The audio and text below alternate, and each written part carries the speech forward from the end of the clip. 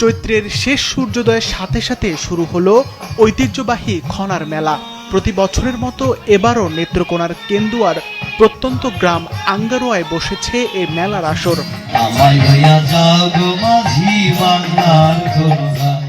মঙ্গল ঘর পরিসরের উদ্যোগে এক ঘর আঙিনায় বসা মেলার উদ্বোধন হয় গ্রামীণ আমেজে।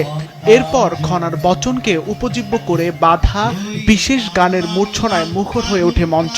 টানা তৃতীয়বারের মতো আয়োজিত মেলায় পালা গান, বাউল ও লোকগীতি বাংলার লোকায়ত সঙ্গীতের নানা ধারার পরিবেশনায় মুগ্ধ হন দর্শক শ্রোতারা।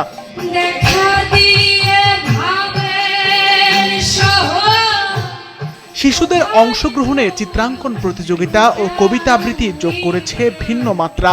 কৃষির নানা লোকায়ত উপকরণে সেজেছে মেলার প্রাঙ্গণ।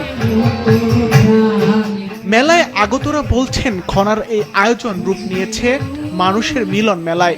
তরুণ প্রজন্মের কাছেও এ এক প্রশংসনীয় উদ্যোগ। সাম্রাজ্যবাদ এবং বাজার কেন্দ্রিক বা পুঁজি কেন্দ্রিক যে কৃষি ব্যবস্থা, যেটা আমাদেরকে পঙ্গু বানায় ফেলতেছে এবং আমাদেরকে রোগী বানায় ফেলতেছে, এখানে খনার অনেক কাজ আছে। আমি এসেছি মেলার জন্য, যতখানি এখানে এত বন্ধু বান্ধব, আমি তো এখানে কতটা বাইরের আর কতটা ভিতরে এটাই বোঝা মুশকিল।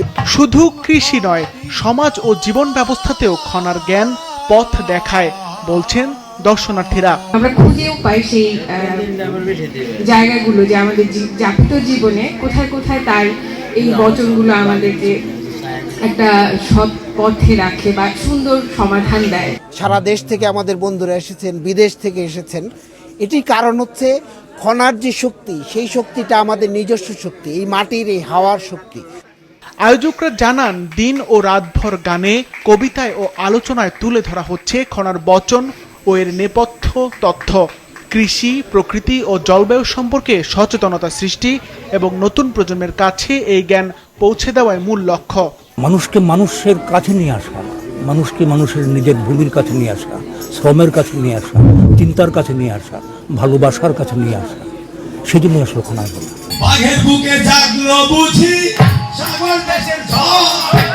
লোকায়ত গানের সুরে খনার বচনের নানা মাদকতা ও শিক্ষার মধ্য দিয়ে রাত পেরিয়ে নববর্ষের সূর্যোদয়ে শেষ হবে এই ব্যতিক্রমী উদ্যোগ খনার মেলা। সিফাত রহমান, মাছরাঙা নিউজ ডেস্ক।